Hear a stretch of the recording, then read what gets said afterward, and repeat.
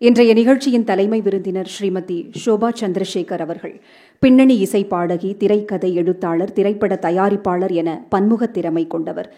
ஷோபா சந்திரசேகர் அவர்கள் ஒரு கலைஞர் மட்டுமல்ல, தொலைநோக்கு பார்வை கொண்ட பெண்மணி, வழிகாட்டி, மாற்றத்தை ஏற்படுத்தும் சிறந்த படைப்பாளி. அவரை பற்றி இன்னும் சொல்லிக்கொண்டே போகலாம். அவரின் கணவர் ஸ்ரீ S.A. சந்திரசேகர் அவர்கள் நமக்கெல்லாம் மிக மிக பரிச்சயமான இயக்குனர், திரையுலகில் முன்னணி ஹீரோக்களை உருவாக்கியவர்.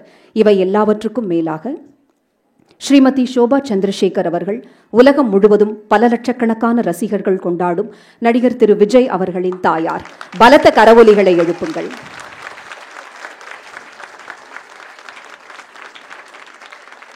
தமிழக வெற்றிக் கழகத்தின் தலைவரான திரு விஜய் அவர்கள் நாட்டுக்கு சேவையாற்றும் மிகப்பெரிய பொறுப்பை மேற்கொண்டுள்ளார்.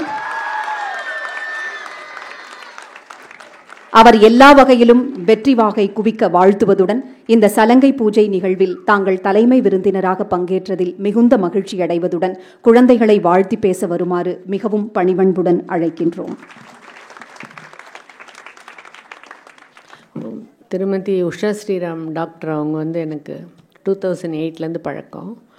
அவங்கள தமிழ் பேச தெரியும், ஆனால் இங்கிலீஷ் தான் எனக்கு கம்ஃபர்டபுளாக இருக்குன்ற மாதிரி சொன்னாங்க. எனக்கு இங்கிலீஷ் பேச தெரியாது, தமிழ் தான் எனக்கு கம்ஃபர்டபுளாக இருக்கும். நான் சும்மா சொல்கிறேன் ஒரு இதுக்கு. அப்புறம் கவிதா ஸ்ரீனிவாசன் என்னோட சித்தப்பா பொண்ணு, நாங்கள் பெரியப்பா சித்தப்பா பசங்க.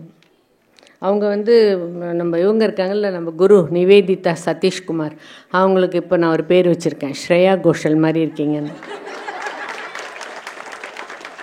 நான் உட்காந்து பார்க்கும்போது அவங்க அப்படி தான் இருந்தாங்கம்மா.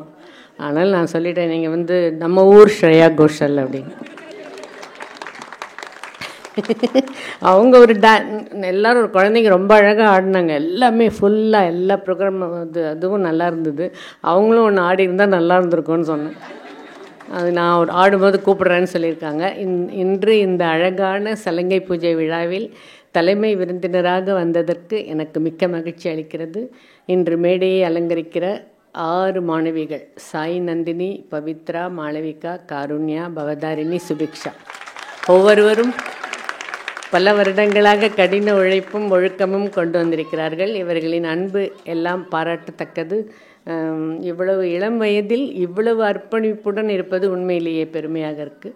இவங்களுக்கு வழிகாட்டியாக இருந்த நடன குரு நிவேதிதா சதீஷ்குமார், அவங்களே இவ்வளோ யங்காக இருக்காங்க, அழகாக. அவர்களை மனமாற பாராட்டுகிறேன். ஒரு நல்ல குரு என்பது நடனத்தை மட்டுமல்ல, வாழ்க்கை பாடங்களையும் கற்பிப்பவர்.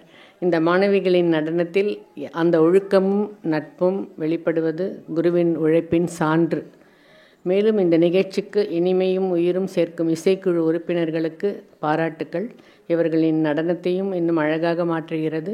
மேடையில் கலை மற்றும் இசை ஒன்று சேரும் அந்த அனுபவம் தான் உண்மையான மாயம்.